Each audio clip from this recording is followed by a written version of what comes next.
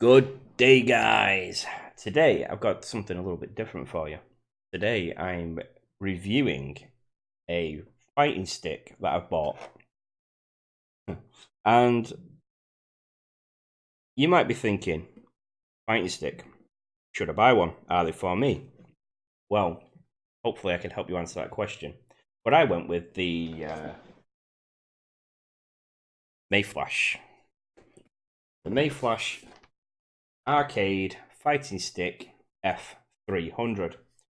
And this works on your PlayStation 4, 3, Xbox One, Xbox 360, PC, and Android. So it works on your Android phone. And not tested it on an Android phone. Wouldn't really know why I would need it in an Android phone. But you know, it's cool. I may have to do that though. I know a few friends that play Android games and stuff. So size, it came not too big.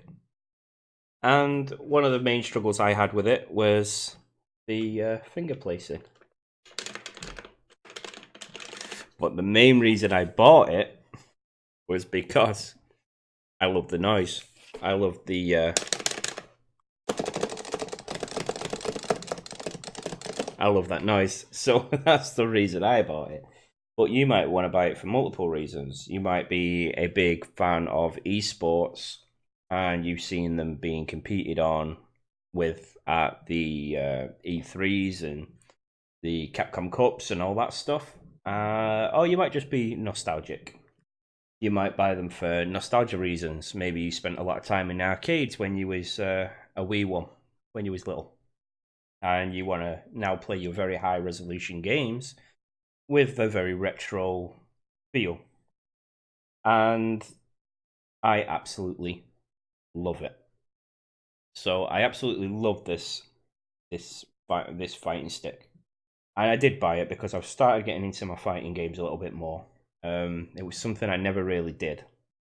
And I was like, oh, okay, maybe I want to start playing these fighting games. So I started playing Street Fighter 5 and the Dragon Ball Fighters, obviously being a huge Dragon Ball fan. I wanted to play it with these fighting sticks. And I've absolutely fallen in love with it. Love it. I'm still getting used to it. I've had it for about 2 days now. And I've been playing against my friends with it. I've been playing online with it. I've been playing story mode. I've had to go with Street Fighter, Streets of Rage, Sonic the Hedgehog. And I found it really easy to move. I'm going to demonstrate that for you in a moment on a couple of games.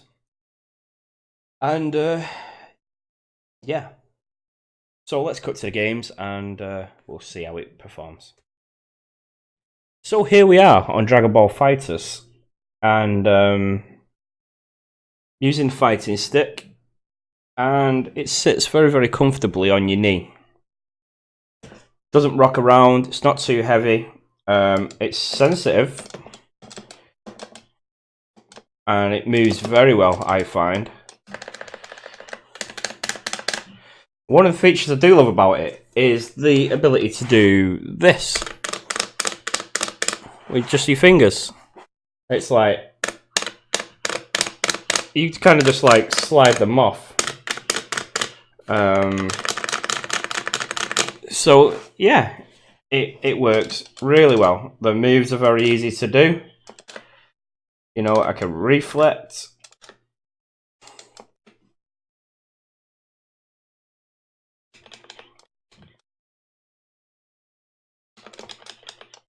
You know, combos aren't too hard to do, really, either. So, really easy. And it's just all there on those buttons. And I normally, I use these four, mainly. In like, I mainly just use these four for Dragon Ball Fighters. But yeah, it's really easy to use. I was like surprisingly it's easy to use, because when I looked at it I thought, whoa, that's pretty big, and it's not as big as a full one, the ones that are like £200 or $200. But and the only trouble I really had with it was just getting familiar with the fingers, like switching from the up to the bottoms. But if you're used to arcade machines anyway, that won't even be a problem. But if you're not, then you might struggle a little bit. So, yeah, it's really simple, and it works very well on Dragon Ball Fighters. Works just as well on Street Fighter, which I will cut to a clip of that now. So we'll cut to a clip of Street Fighter 5 Arcade Edition and show you how it works on that. So here we are, Street Fighter. Works just as well in this, I find. The top buttons do all my major punishes, light, medium, heavy. Same with the bottom ones. Light, medium, and heavy. You can talk. B trigger. So yeah. And I find this, even on Street Fighter at least, I find it even easier on here than I do on the pad. And I also find that it stops me bashing buttons as much, because you got to try and think about what you're doing. Because you constantly think about where your feet are going to go and fingers are going to go and everything like on the game. So, yeah, it's just seems to come very, very easily. And very precise, very accurate, I find. So let's try it on a more of a traditional side-scrolling game, something like Sonic or Streets of Rage or something like that. Let's go and give it a try on one of them. Okay, here we are in the Mega Drive collection, and still using the fighting stick. Goes around the option screen's really easy. Selects games just as easy. Let's do Sonic. So all it comes down to, from my experience using it, is just a little bit of muscle memory. You know, if you can get used to it, you will be fine. So here we are in Sonic the Hedgehog. And I've never even been inside an arcade, which I feel like I've missed out. So, like in my childhood, because like there weren't very many of them around when I was a kid. So not in England at least. But you know, it's Sonic, man. What's not to love about Sonic? And very, very easy to use, as you can see from using it. So there you go. We've worked it on a couple of platforms. We've tested out on old school games, the very latest game, and one of the most popular games. And it works fine. I find it not too difficult to use at all. It responds well to my inputs. I don't feel like it's lagging. It feels comfortable on the lap. It feels comfortable in my hands, and my fingers feel natural. Overall, the Mayflash F300 is a very good stick, I find. So, do you agree, Sonic? Sonic agrees. It's been Sonic approved. Okay, so there it was on the games I've just demonstrated on Sonic and Street Fighter 5 and Dragon Ball Fighters.